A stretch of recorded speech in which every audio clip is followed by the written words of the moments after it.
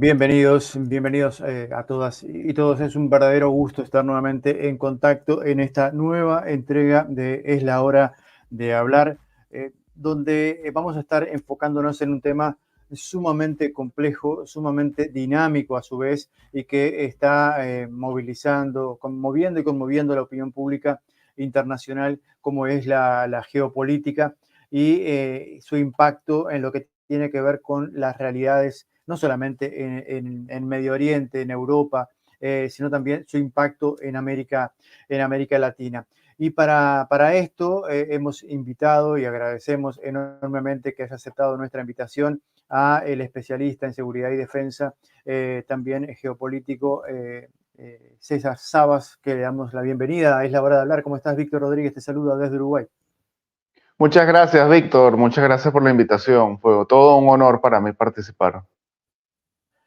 Por favor, el gusto es todo nuestro. César, como decía en la introducción, es un tema sumamente complejo, sumamente vasto, pero también sumamente dinámico. Minuto a minuto estamos siguiendo manifestaciones de un lado y del otro, y también acontecimientos que impactan en la vida de miles de personas, para no hablar de millones de personas.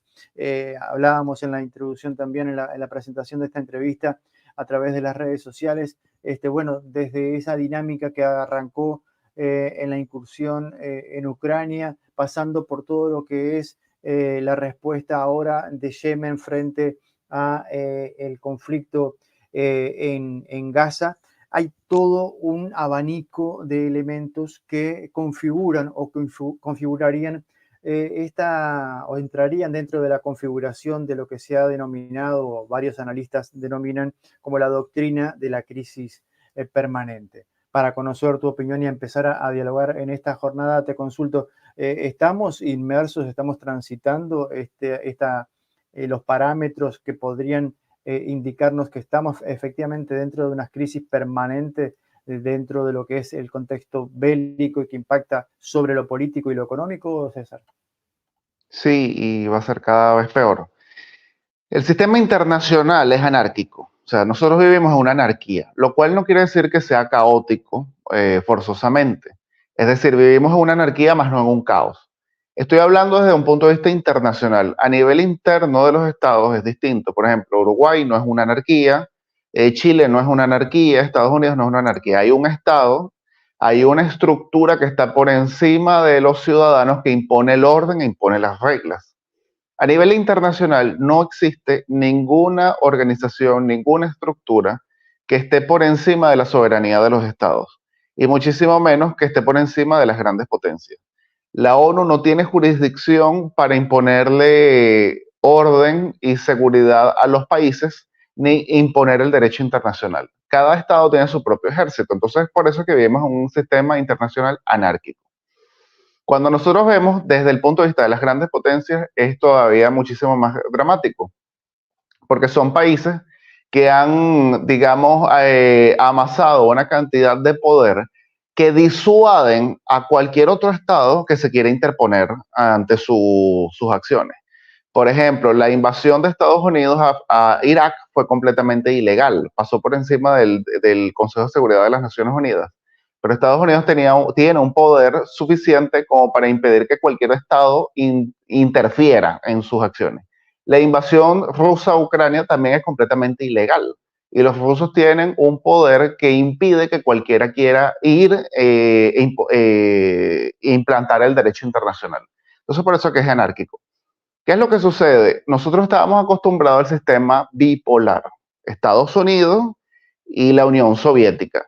Y esos son los sistemas más estables porque hay dos polos y entre ellos dos acuerdan, llegan a ciertos acuerdos y se implementan esos acuerdos. Y quien esté en contra de esos acuerdos, pues es el revolucionario que está prácticamente en contra del mundo. Y los grandes poderes, pues lo aplastan.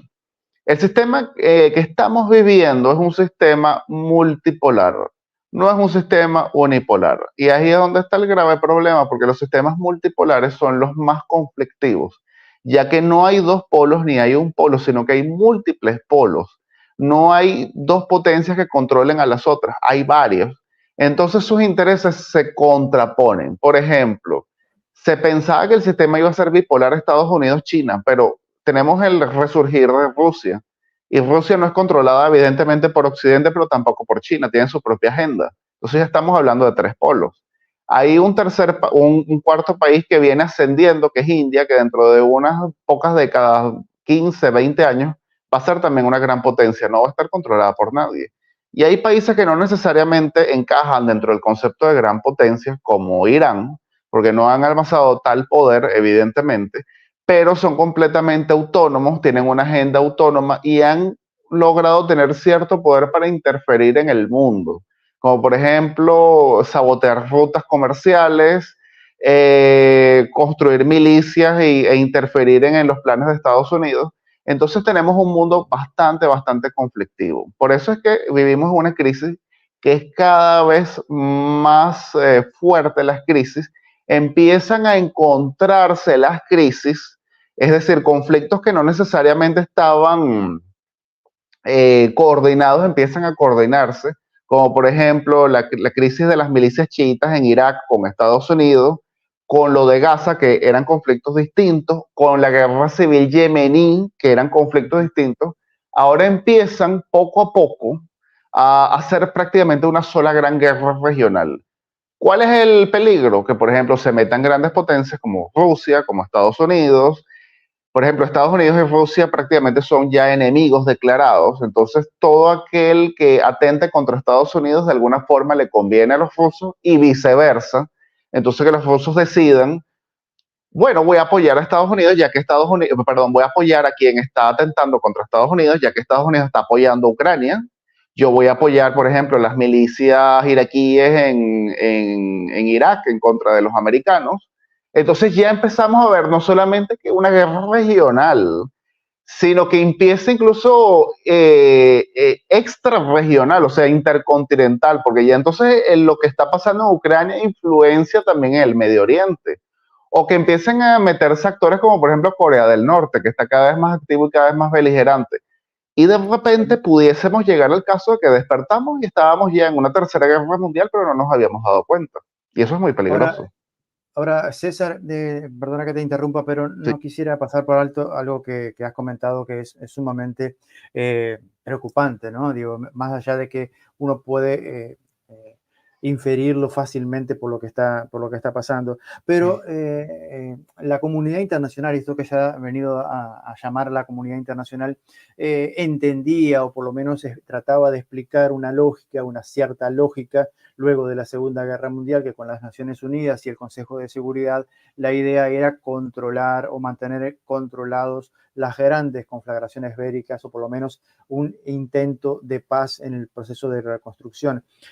Cada vez más estamos viendo cómo las resoluciones de Naciones Unidas quedan en el olvido, se reiteran, son ineficaces, ineficientes para controlar los conflictos que se están produciendo en diferentes partes del mundo y no hay pocas voces que se alzan, es decir, bueno, lo anacrónico que está resultando en las Naciones Unidas, cómo entonces la comunidad internacional puede reaccionar si es que hay interés para ello, si hay intencionalidad política para ello, para salvar este caos, como tú bien lo mencionabas, esta anarquía internacional que estamos viviendo en este momento. Hay una voluntad política de actores que pretendan generar una contraparte en el sentido de, bueno, buscar espacios de diálogo, de resolución pacífica de conflictos, o esto está por afuera de las agendas de los diferentes polos que tú acabas de mencionar. Primero nos tenemos que preguntar cuál es la comunidad internacional. O sea, ¿es nada más Sí. Occidente o estamos hablando del mundo entero? Porque si vamos a hablar de comunidad internacional hay que meter a India y a China, que suman el 40% de la población mundial. Países africanos, países del Medio Oriente, Rusia también es parte de la comunidad internacional. Entonces muchas veces hablamos de comunidad internacional lo que hace el G7, que no necesariamente está representando el mundo. Y eso genera frustraciones dentro de las potencias emergentes, que están teniendo cada vez un peso mayor. Ahora, hablando del caso de las Naciones Unidas, es importante que la gente sepa que todas las resoluciones de las Naciones Unidas están hechas para no ser necesariamente acatadas, salvo las que emanen del Consejo de Seguridad de las Naciones Unidas. Por ejemplo, si revisamos todas las resoluciones que hace la Asamblea General de las Naciones Unidas, en ningún momento exige algo, sino que exhorta. Es decir, son de recomendación. Solamente el Consejo de Seguridad de las Naciones Unidas tiene el poder para que sus resoluciones sean vinculantes, es decir, de obligatorio cumplimiento. Pero aquí hay una trampa. Cuando se creó el Consejo de Seguridad de las Naciones Unidas en el año 45, que fue creada la ONU, se pretendía evitar que hubiese una gran guerra mundial y que las resoluciones que emanaran del Consejo de Seguridad se convirtieran en letra muerta. Así que a las 5 potencias ganadoras oficialmente de la Segunda Guerra Mundial se les dio el derecho a veto. Son miembros permanentes. Estamos hablando de Estados Unidos, Rusia, en ese momento la Unión Soviética, China, Francia y Gran Bretaña, siempre son miembros del Consejo de Seguridad de las Naciones Unidas, y si alguno de ellos en la votación de la resolución dice que no, pues la resolución no pasa, es decir, no se cumple, no se llega a dar. Entonces, por ejemplo, si el Consejo de Seguridad de las Naciones Unidas vota una resolución por la cual exigen, porque el Consejo sí puede exigir que Rusia se retire de Ucrania, pero Rusia vota que no, la resolución no se acata. Si el Consejo votaba por impedir que Estados Unidos invadiese Irak y Estados Unidos votaba en contra, pues la resolución no pasaba.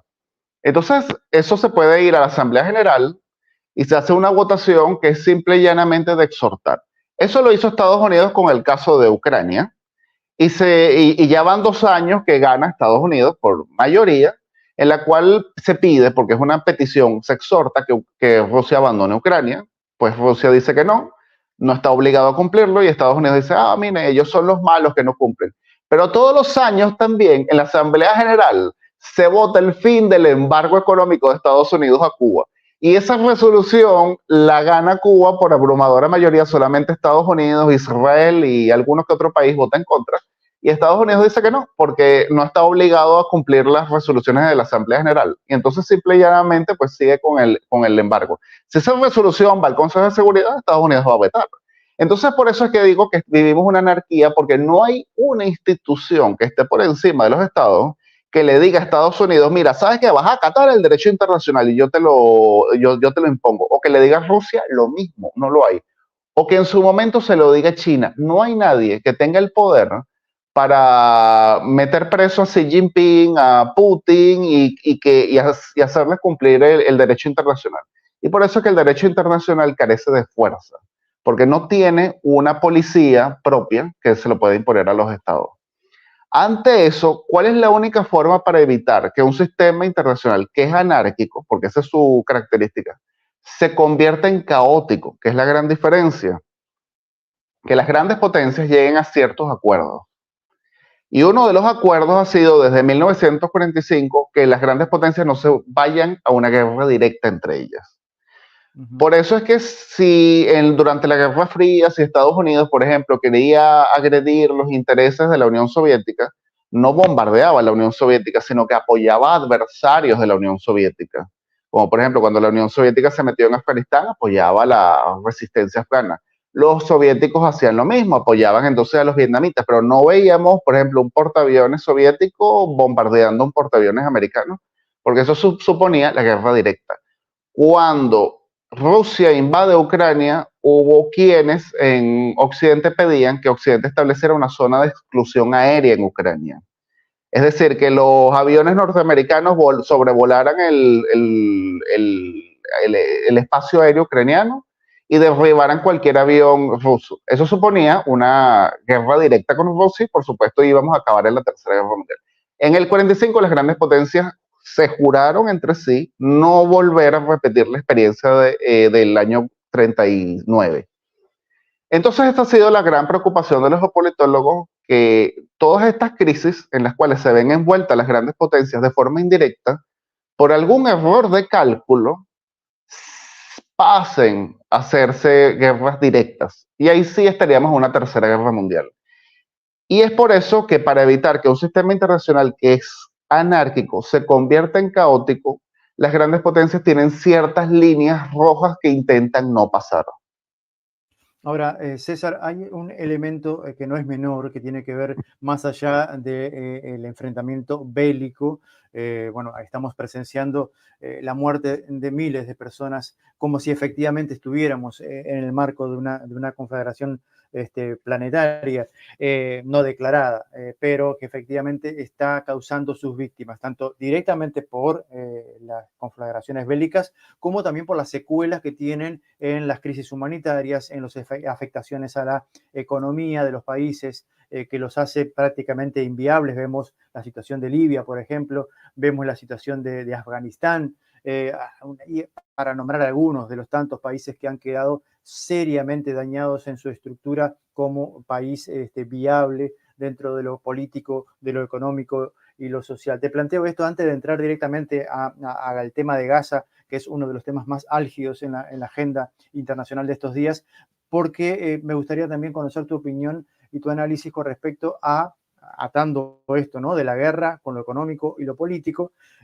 con lo de Ucrania, porque, ¿qué pasa? Hay una alta, un alto involucramiento de la OTAN sin ser Ucrania miembro de la OTAN, en lo que tiene que ver con el armamento. Hay una serie de elementos que dicen de la fragilidad en los arsenales que tanto la Unión Europea como la propia OTAN están enfrentando para seguir alimentando. Pero el tema pasa por, bueno, cómo Ucrania pretende pagar o devolver esa ayuda, entre comillas, que está haciendo Occidente para enfrentar a esta conflagración con Rusia, y cómo esto va a hacer que Ucrania se vuelva viable o sustentable en el corto y mediano plazo y no caer en un estado fallido. Efectivamente, este año tendría que haber, o el año pasado tendría que haber habido elecciones en Ucrania y se suspendieron por el tema de la guerra, o sea que afecta también lo político y la soberanía interna, la estructura interna de los países. Consulto entonces, pasando de lo bélico a lo económico y lo político, cómo entonces estos países que se ven enfrentados en estas conflagraciones pueden salir adelante con respecto al impacto que estos procesos tienen. Las guerras las pagan las que pierden. Los que pierden la guerra es el que paga. En el caso de Ucrania había una perspectiva, en mi opinión, un tanto aventurera, inclusive hasta puede ser descabellada, de que dándole toda esta cantidad de armas y dinero iba a haber un colapso por completo de Rusia, iba a terminar prácticamente en su desintegración y a través de un proceso de paz bastante leonino, parecido a los tratados, el Tratado de Versalles de 1919, Rusia durante décadas iba a pagar la reconstrucción de Ucrania e iba a pagar a Occidente prácticamente todo. Esto pues no se llegó a cumplir, las sanciones no tuvieron ni de lejos el efecto deseado y pues el armamento que le ha dado Occidente a Ucrania, si bien ha servido para prolongar la guerra y dificultarle a los rusos el avance, ha estado lejos de garantizar una victoria. Más bien el escenario es bastante distinto a lo que se plantea. Entonces, tenemos un país como, por ejemplo, Ucrania, que se encuentra en un caso muy desafortunado, porque no puede tener victoria militar, pero también su economía es completamente inviable por cómo está al frente. Desde que estalló la guerra, ni un solo avión comercial ha aterrizado en ningún aeropuerto ucraniano y controlan solamente el 20% de la costa que antes controlaban y por ese pequeño estrecho que todavía conservan hay peligro de salida porque hay ataques constantes. Entonces, ninguna economía puede prosperar y soportar esto durante el tiempo. Por eso es que Ucrania es un país que constantemente el gobierno ucraniano está solicitando más y más y más dinero, porque en efecto su economía es completamente inviable. Entonces, ¿cómo está la guerra el día de hoy? Incluso si se estanca, incluso si los rusos no hacen ningún ataque, no hacen ningún avance, ellos prácticamente que ganaron la guerra, porque estamos hablando de una guerra que los rusos pueden mantener con su propia producción de armas, con su propia economía, con su propio comercio con Asia, porque cortó el comercio con Occidente, pero lo ha redireccionado a Asia, que son los mercados de mayor crecimiento, especialmente Rusia y China, mientras que Ucrania es un país que para sobrevivir, ya no para ganar, sino para sobrevivir, está pidiendo enormes cantidades de dinero constantemente. Y eso evidentemente que la economía occidental no lo va a poder mantener.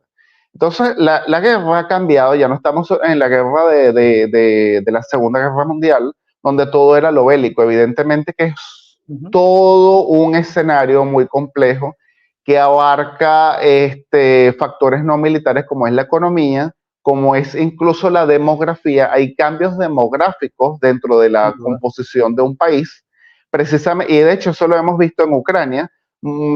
A partir de la invasión rusa han emigrado millones de ucranianos para Europa Occidental, pero también millones de ucranianos para Rusia, porque también era un país con una fuerte composición de una fuerte población prorrusa, es decir, era un país bastante dividido. Las personas que cayeron en manos de los rusos en las zonas ocupadas y que no eran prorrusas han tenido que huir y han tenido que dejar sus casas vacías, pero también en la Ucrania, que no es prorrusa, que está en manos de Zelensky, los prorrusos han sido perseguidos, han emigrado y ahora han ido al sur de Ucrania a ocupar esas casas que antes que habían sido, digamos, dejadas vacías. Es decir, hay un cambio poblacional por completo. Ya no es para nada el mismo país que era antes del año 2022. Entonces las guerras se están volviendo mucho más complejas, se hacen ataques de distintas formas, no es solamente lo bélico, estamos hablando también de la guerra económica que se hace. Por ejemplo, los ataques de los hutíes en el Mar Rojo es un caso de guerra económica que la está haciendo Irán. Hasta donde sabemos, los rusos no tienen nada que ver ahí, hasta donde sabemos, ni los chinos. Pero, por ejemplo, los navíos rusos y los chinos, si pasan por el estrecho de Bab el-Mandeb, que es el que está siendo atacado por los hutíes, porque los hutíes saben que los americanos y los chinos son rivales estratégicos de los norteamericanos. Entonces, es un caso de guerra económica en el cual a los rusos y a los chinos pues les conviene lo que están haciendo los hutíes. Y a los iraníes, por ejemplo, les conviene lo que está pasando en Ucrania, a pesar de que los iraníes nunca fueron enemigos directos de los ucranianos, jamás. Pero como están afectando a intereses norteamericanos, que son los enemigos de los iraníes, pues también les conviene. E incluso le venden drones suicidas a los rusos para que los utilicen en su guerra. Antes de pasar a la situación en Gaza, hay otro elemento que acabas de mencionar que también está impactando en diferentes zonas del planeta, porque gran parte, hay, un día sí y otro también hay denuncias de que un alto porcentaje indefinido de armamento que ha sido enviado a Ucrania están apareciendo en otros países, en otros conflictos, alimentando otras guerras y generando todo un comercio negro o un comercio clandestino en lo que tiene que ver con este armamento que genera otra problemática adicional.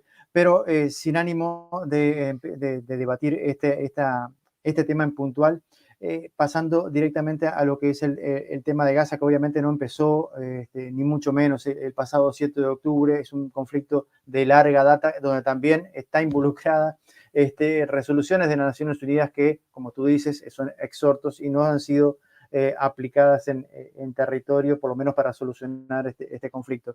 Quería traer algo dentro de todo este elemento, con mucho respeto al tema porque es muy complejo, pero hay señalamientos, ha habido señalamientos no de ahora, de la segunda mitad del siglo XX, tanto de líderes africanos como de propios legisladores de Estados Unidos, los cuales señalaban que la gestación, el armado, la apoyatura inicial de los grupos originarios de Hamas habían sido impulsados por la propia Israel para combatir a Yasser Arafat y la incipiente OLP. Hoy los coletazos de este grupo están atacando directamente a Israel. ¿Cómo entender esta situación entonces, César? Si eso efectivamente es así. Bueno, Hamas es un grupo creado por los hermanos musulmanes de Egipto. Los hermanos musulmanes, a pesar de que el nombre suena muy bonito, pero no es una verdadera hermandad, de hecho está calificado como una organización terrorista, no solamente por Occidente, por la propia Rusia también. Los hermanos musulmanes son los que trajeron el fundamentalismo islámico al Medio Oriente. Antes de los hermanos musulmanes, lo que habían eran dictaduras militares árabes que eran bastante laicas, como el caso de Gamal Abdel Nasser. Tenía otro tipo de problemas esas dictaduras, pero no eran religiosas. Los hermanos musulmanes son los creadores de todos estos movimientos yihadistas actuales y crearon Hamas. Algo que se desconoce mucho es que los gazatíes son más egipcios que palestinos. De hecho, el principal clan de Gaza es el clan al-Masri. Masri en árabe es el egipcio. Y esto data de hace muchísimo tiempo. Entonces los gazatíes, que tenían mucha conexión con los egipcios, de hecho, Gaza estuvo en manos de los egipcios hasta 1966, o 1967, que fue la Guerra de los 6 días. Tuvieron la conexión de los hermanos musulmanes egipcios con Gaza. Y una vez que los egipcios son despojados del poder de Gaza en el año 67, la Guerra de los 6 días, entonces esas células de los hermanos musulmanes quedaron latentes en Gaza y son lo que en un futuro van a crear Hamas. Ahora, el principal enemigo de Israel para la época era Al-Fatah, que era el de Yasser Arafat, que era el que tenía el apoyo de la izquierda mundial, el apoyo de la Unión Soviética, pero también el apoyo de los países árabes. Así que era lógico que Israel creyera que era el Fatah su principal adversario. Y muchas veces se juega con la tesis de que, bueno, el enemigo de mi enemigo al final puede ser mi amigo. Eso en el Medio Oriente no necesariamente camina. De hecho, el Medio Oriente es una zona tan complicada que el enemigo de mi enemigo también es mi enemigo. Y muchas otras veces el amigo de mi amigo es mi enemigo. O sea, el Medio Oriente es sumamente complicado. Y peor aún cuando a veces llegamos a pensar que quien yo creía que era enemigo, eran enemigos, en realidad no eran enemigos. Solamente tenían un problema puntual. Si nosotros vemos la constitución de Hamas, ellos establecen que sus, digamos, hermanos de lucha son Al-Fatah. Entonces, llegamos a la conclusión de que el año 2006, la guerra que hubo entre Al-Fatah y Hamas no fue tal como la llegamos a creer, fue un problema circunstancial y que fue un error no haber atacado Hamas en su tiempo. Creo que Israel ha cometido errores estratégicos. Israel, si bien es un estado bastante formado y tiene gente muy formada, es un estado compuesto por humanos, así que puede perfectamente equivocarse. Y mucho más en una zona que es tan conflictiva como esta, que parece un cuero seco que pisamos por un lado y se levanta por el otro. Entonces, en el año 2006, para Israel, el principal adversario era el Fatah. Así que, digamos que se hizo el loco de no atacar a Hamas en su tiempo. Es un error que están pagando, caro, sí, porque Hamas es todavía más radical que el Fatah. Pero el Fatah tampoco es que son ningunos angelitos. Ellos son los que controlan la Autoridad Nacional Palestina. Son los que han recibido la ayuda, la multimillonaria ayuda económica que la comunidad internacional, en realidad Occidente, le ha dado para construir una economía palestina que se ha destinado principalmente a pagar el salario de familiares de terroristas, que precisamente termina conviniendo a Hamas, porque precisamente estos terroristas terminan metiéndose en Hamas. Una vez que hace un atentado, la familia pierde el sustento y viene la Autoridad Nacional Palestina que le paga el salario a estos familiares. Entonces hay todo un círculo de complicidad entre ellos y vemos que las cosas no eran tal como nosotros pensábamos. César, estamos llegando casi al final del tiempo que te habíamos invitado a dialogar, pero no queremos dejar pasar dos aspectos medulares, por lo menos para nuestras realidades más cercanas. Empezamos por la más distante, vamos a lo más particular y vamos a lo más general. Por ejemplo, tenemos en este año 2024 elecciones en Estados Unidos. Y traigo a colación las elecciones en Estados Unidos porque obviamente Estados Unidos está permanentemente involucrado en esta serie de conflictos, tanto en lo que tiene que ver con Ucrania como en el Medio Oriente, entre otros sectores. Y quien esté al frente de la Casa Blanca va a determinar el enfoque, el encare, el matiz que se le dé a estos conflictos. Hay un Biden que está timonando estos conflictos que se están manejando en los últimos años, pero también hay una perspectiva de Trump, el candidato republicano que está bueno, arrasando las internas y posiblemente sea el candidato en las elecciones nacionales de Estados Unidos de noviembre, que ha dicho, por ejemplo, ganando la presidencia, en una semana termino resuelvo el conflicto de Ucrania. ¿Cómo ves tú el impacto de esta crisis global, de esta crisis permanente que se está viviendo en diferentes partes del mundo, pero fundamentalmente en Europa y en Oriente Medio, con relación al impacto que pueda tener en la agenda electoral interna de los Estados Unidos de cara a noviembre? Yo lo veo decisivo. De hecho, a medida que pasa el tiempo, el margen que separa a Trump de Biden parece que se está ampliando.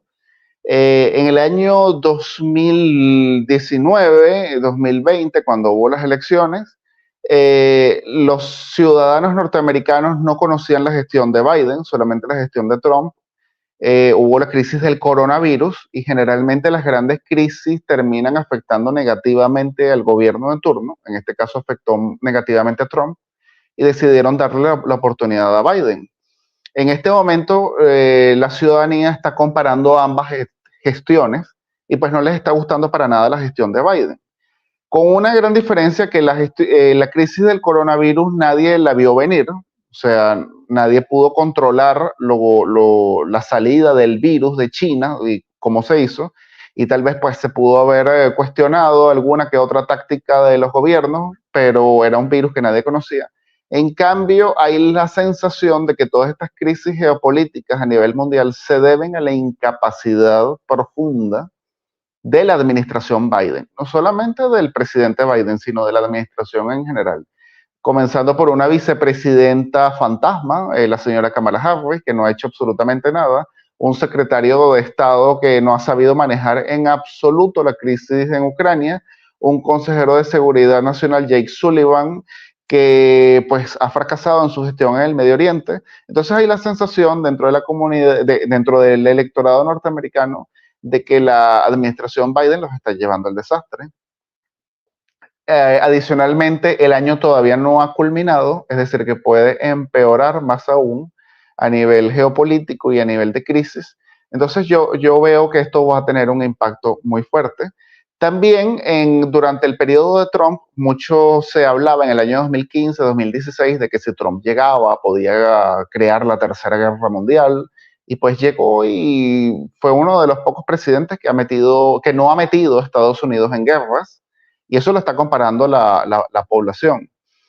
Trump dice que si él llega, él puede resolver el asunto de Ucrania muy rápido. Yo creo que eso pudo haber sido cierto a principios de 2022, pero a estas alturas es muy difícil. Creo que a Trump le va a tocar un escenario sumamente complejo, que va a necesitar soluciones muy difíciles y tal vez en algunos casos ni siquiera haya soluciones difíciles. Porque una vez que ha pasado tanto tiempo una guerra, hay tantos traumas, hay tantas pérdidas, pues una solución fácil nunca la va a haber. Y a medida que pasa el tiempo, va a ser cada vez peor. En ciencias políticas hay una norma. Una vez que pasa un año de guerra, ya sabemos que es una guerra que va a durar muchísimo. O sea, ya Ucrania ya 2 años y algo, con todas las pérdidas que ha supuesto, los cambios territoriales, los cambios demográficos, sabemos que esto no va a tener una solución fácil y que más bien tiende a agravarse. Entonces, pues evidentemente yo creo que Trump tiene las intenciones de resolver rápido este conflicto, pero eso ya a estas alturas, en el 2022 pudo ser, pero ya a estas alturas lamentablemente no. Claro. Hay diferentes posicionamientos de presidentes, de líderes políticos, tanto en el gobierno como en la oposición de América Latina, que se han manifestado con relación a los diferentes conflictos, tanto en Ucrania como en Gaza. Y esto posiciona a América Latina en un sitial de preocupación, ¿no? Por parte de, bueno, de qué manera el conflicto en Medio Oriente, el conflicto en Europa, puede llegar a impactar directamente en América Latina, más allá de lo económico, más allá de lo comercial que ya está impactando, y va abriéndole paso también a China por otros resortes, por otros mecanismos, e inclusive están allí los BRICS que están peleándole de frente al Fondo Monetario Internacional y a otras estructuras económicas de Occidente. La pregunta va en el sentido de cómo percibes tú, cómo ven analíticamente la posición o las posibilidades de América Latina sobrevivir alejadas de estos conflictos y que efectivamente sus territorios, sus poblaciones no se vean afectadas directamente por esta situación, o tú consideras que esto es inevitable y de algún momento, de una manera u otra, en algún momento u otro vamos a estar impactados por alguno de estos conflictos en nuestros territorios y en nuestras economías, César? Bueno, América Latina tiene una ventaja que es que está alejada por los dos océanos. O sea, el océano Atlántico y el océano Pacífico aleja a América Latina de un impacto mucho más directo, eso es cierto. Y tiene, digamos, otra semiventaja que no se está aprovechando, que es que hay ya una gran potencia regional, que es Estados Unidos, que debería imponer cierto orden. Pero ahí es donde está el problema, porque esta gran potencia, Estados Unidos, ha descuidado su zona de interés vital, que es América Latina, y se ha enfocado demasiado en conflictos lejanos, destinando recursos y esfuerzos muchas veces en guerras que ha terminado perdiendo. Y otros actores ven el vacío que ellos han dejado y lo intentan ocupar. Los iraníes, que como ya he dicho, no son una gran potencia, pero digamos una potencia regional con unas capacidades más o menos interesantes, han llegado a América Latina y han establecido nexos y redes, por ejemplo, en Venezuela, en la triple frontera entre Argentina, Brasil y Paraguay, buscando a las comunidades libanesas que vienen del sur del Líbano, porque no es todos los libaneses, sino los que vienen del sur del Líbano, que son chiitas, y estableciendo sus redes. Pero, por ejemplo, China también ha ido metiéndose y ha venido construyendo obras de infraestructura y apoyando muchas veces el desarrollo de los países. Por ejemplo, si nosotros vemos a El Salvador, el señor Bukele cuando se lanzó en la campaña presidencial era bastante crítico con China y sus críticas han ido descendiendo cada vez más porque de quien han conseguido apoyo para el desarrollo de El Salvador es precisamente de China, no de Estados Unidos. De hecho, la gran biblioteca nacional que inauguró en El Salvador fue construida por los chinos. Pero hay otro actor que pudiese aprovechar ciertas crisis, como por ejemplo la que estamos viendo en Ecuador, potencialmente en el Perú, que es Rusia. Rusia busca los países que están o los estados fallidos, los que están en un conflicto realmente grave, e intentan introducirse ahí a través de fuerzas, apoyando alguno de los sectores, como por ejemplo han hecho en África, y que este sector tome el poder y hace un estado fuerte. Y termina expulsando incluso la potencia que estaba. Esto lo hicieron los rusos, por ejemplo, en Mali, en Burkina Faso, en Níger. Y yo leyendo los canales rusos, ya hablan, por ejemplo, del Perú, de Ecuador, que tienen problemas, que son estados fallidos. Hasta ahora yo no he leído que digan, sí, vamos a llegar a Ecuador, vamos a llegar al Perú. Pero, por ejemplo, si hay una guerra civil en el Perú, porque, por ejemplo, eso de que se haya descubierto de que las armas de estos delincuentes en Ecuador, muchas venían de las Fuerzas Armadas del Perú, es grave, tanto porque o las Fuerzas Armadas se las dieron o porque se las robaron y no se habían dado cuenta. Entonces ya eso demuestra que hay una falla dentro del Estado y eso pudiera aprovecharlo a los rusos. Pero todavía estamos bastante tiempo. Todavía si, digamos, resolvemos nuestros asuntos internos, nuestras políticas de seguridad, podemos mantener a los rusos alejados. Y con los chinos ahí, pues la ventaja de que ellos, bueno, vienen a hacer inversiones, tienen influencia, pero ellos no instalan bases militares. A pesar de que son una gran potencia militar, ellos lo están concentrando todo en Asia. No son muy dados a venir y poner bases militares y digamos, imponerse.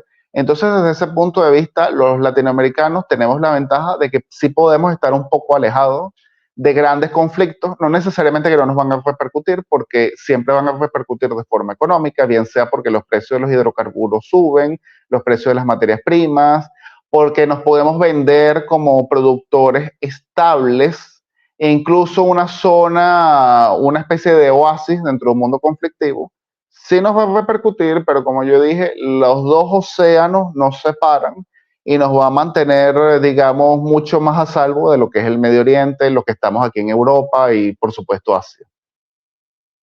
Sin lugar a dudas, hay muchos temas, hay muchas preguntas que me quedaron en el tintero. Acá estaba revisando mi libreta de apuntes y obviamente no nos dan los tiempos como para abarcar todas las preguntas que quisiéramos, César, pero hay un elemento que no quisiera dejar pasar por alto y quisiera tu comentario al respecto, porque a veces suenan como comentarios altisonantes, como expresiones producto de la ira, y que, pero tomando en cuenta de que Israel es un estado nuclear, donde tiene este armamento nuclear, diferentes actores políticos, y no de baja calaña, sino de alto rango, de legisladores, gente vinculada al Ejecutivo, inclusive de la propia Israel, han mencionado la posibilidad del uso de armas nucleares en Gaza para terminar el conflicto. Esto sería algo sumamente catastrófico, no solamente para ese nodo neurálgico en el mapa, sino para un gran contingente de población y obviamente para la humanidad en su conjunto. ¿Tú consideras que son efectivamente expresiones altisonantes que buscan amedrentar más que ser amenazas efectivas o que se puedan llevar efectivamente a la realidad? Ok, yo conozco de dónde vienen esas expresiones. Sí. Es un partido muy pequeño en Israel que representa una ideología muy particular que se llama el sionismo religioso. El Ujú. sionismo en sí no es religioso, de hecho es laico. Eso yo lo podré explicar en otro contexto. A diferencia de lo que se cree, el sionismo es una ideología eminentemente laica. Pero hay un sector que sí une la religión con el sionismo, y de hecho ellos están esperando el Mesías, y no solamente que lo están esperando, sino que creen que hay que acelerarlo. Y es un grupo muy pequeño, pero que en las últimas elecciones tuvo los votos necesarios para llegar al Parlamento, y llegando al Parlamento tiene los votos necesarios para mantener a Netanyahu en el poder. Así que han llegado al gobierno y tienen ministerios, como por ejemplo el Ministerio de la Seguridad Nacional o el Ministerio Ujú. del Patrimonio. De hecho, el ministro que habló de utilizar armamento nuclear para Gaza fue el ministro del Patrimonio. Y entonces, ¿qué es lo que sucede? No es que es habladuría, ellos sí creen, ellos sí se han radicalizado, ellos sí no quieren esto. Yo no estoy hablando de todo el Estado de Israel, estoy hablando de este Entiendo. grupo. Ellos sí quieren incluso que el conflicto se radicalice y llevarlo a su máxima expresión. Porque cuando también uno nace, por ejemplo, en Israel, y uno ve que Irán todo el tiempo está amenazando también con destruirte, con volarte en pedazos, con erradicarte, hay grupos terroristas, tienes el norte el Hezbollah que todo el tiempo lo dice, tienes a Hamas, han matado a familiares tuyos, es decir, hay un proceso de radicalización y a veces algunas personas se fanatizan tanto que creen que la solución es precisamente también radicalizarse. No es algo, por supuesto, que yo apoyo, estoy tratando de entender por qué suceden estas Ujú. cosas. Creo que si este tipo de personas llegase a tomar poder efectivo dentro de Israel, es decir, el Ministerio de la Defensa o ser el primer ministro, estaríamos ante una coyuntura muchísimo más grave, evidentemente muchísimo más grave. Creo que es bueno, no que esta gente lo diga, sino que lo hayamos escuchado para entender que este tipo de conflictos deben pararse en cuanto antes, a no ser que tanto israelíes como iraníes, como árabes, como turcos, como todos lleguen a la misma conclusión, y ahí es donde sí la gran guerra va a ser inevitable. Eso es lo que pasó en el año 2014. Todos los europeos se convencieron de que la guerra era inevitable y que más bien había que acelerarla. Y fuimos a la Primera Guerra Mundial. César Sabas, especialista en temas de seguridad y defensa, directamente conectados, no lo habíamos dicho, desde Francia. Te agradecemos enormemente tu movilidad y gentileza para con nuestro espacio comunicacional te invitamos a ti y a todos los usuarios que puedan estar teniendo contacto con este material para que podamos seguir el debate. Hay muchos temas, hay muchas aristas, hay muchos tópicos que analizar, que debatir, que conocer e interpretar. Por tanto, le invitamos a que a través del repositorio de Píldoras Digitales podamos seguir este debate y consolidarlo en las próximas semanas, en los próximos tiempos, que obviamente nos van a deparar mucho más elementos para el análisis. Te agradezco muchísimo y será hasta una próxima oportunidad. Que pase bien. Muchas gracias, Víctor. Fue todo un placer. Igualmente, que pase bien. Hasta luego.